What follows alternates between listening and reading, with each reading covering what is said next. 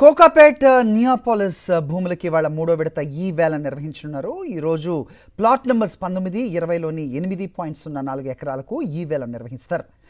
ఇప్పటికే 2 విడతల్లో 4 ప్లాట్స్లోని 19 ఎకరాలకు 2,708 కోట్ల రూపాయలు పొందింది హెచ్ఎండిఏ.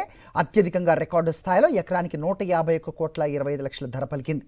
ఈసారి మొత్తం 44 ఎకరాల భూమిని 4 విడతల్లో వేలం వేయనుంది హెచ్ఎండిఏ. కోకాపేటలోని 29 ఎకరాలు, మూసాపేటలోని 15 ఎకరాల భూమిని వేలం వేయనున్నారు.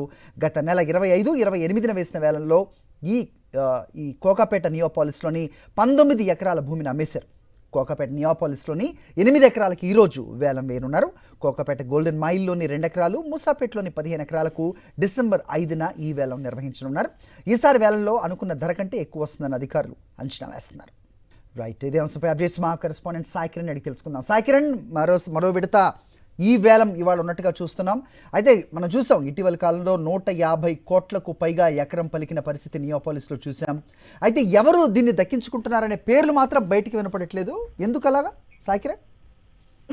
సరి కోకాపేటలో రోజు రోజుకు కూడా భూముల ధరలు ఆకాశాన్ని తాకుతున్నాయి. మొత్తం 4 విడతలో 44 ఎకరాలను ఈ వేలం వేలలో ఆక్షన్ నిర్వహిస్తుంది. అయితే మొదటగా 137 కోట్లకు ఎకరం ధర పలికింది. తర్వాత సెకండ్ విడతలో 151 కోట్లకు ఎకరం ధర పలికింది. సో ఈ రోజు 8 ఎకరాలను కోకాపేటలో నియోపోలిస్ లో వీళ్ళు నిర్వహించున్నారు. ప్రముఖ కంపెనీలు ఎంఎస్ఎన్ ల్యాబ్స్, గోద్రేజ్ ఇట్లాంటి సంస్థలు దక్కించుకుంటున్నాయి వాటిని. అక్కడ ఎకరానికి 151 కోట్లు పెట్టి కూడా కొనుక్కొని అక్కడ రెసిడెన్షియల్ అపార్ట్మెంట్స్ లేకపోతే ఆఫీస్ స్పేసెస్ ఇవన్నీ కూడా కట్టనున్నారు వాళ్ళంతా కూడా. సో వాటికి భారీగా ధరలు వెచ్చించి మరి ఈ నియోపోలిస్ ప్రాంతంలో కూడా వీళ్ళు కొనుగోలు చేస్తున్నారు ఎకరాలలో స్థలాలు. సో వీటిలలో జాయింట్ వెంచర్స్ కూడా కొనుగోలు చేస్తున్నారు. ఒక 3-4 కలిపి కూడా వీటిని కొనుగోలు చేస్తున్నారు. మొత్తానికి అక్కడ ఆ ప్లేస్ కోకాపేట నియోపోలిస్ ప్రాంతం అంతా కూడా ఔటర్ రింగ్ రోడ్ కి, అటు సాఫ్ట్వేర్ సంస్థలకి, ఎయిర్పోర్ట్ కి, గండిపేట జలాశయానికి వీటన్నిటికి కూడా దగ్గరగా ఉండడం, ఆ ప్రాంతం నివాసానికి అనువైన ప్రాంతం ఉండడంతో సో ఎక్కువగా ధరలు పలుకుతున్నాయి. సో ఈ రోజు మరి 8 ఎకరాలు కోకాపేటలో వేలంలో ఉంది కాబట్టి గతంలో 151 కోట్లు పలికింది. మరి ఈసారి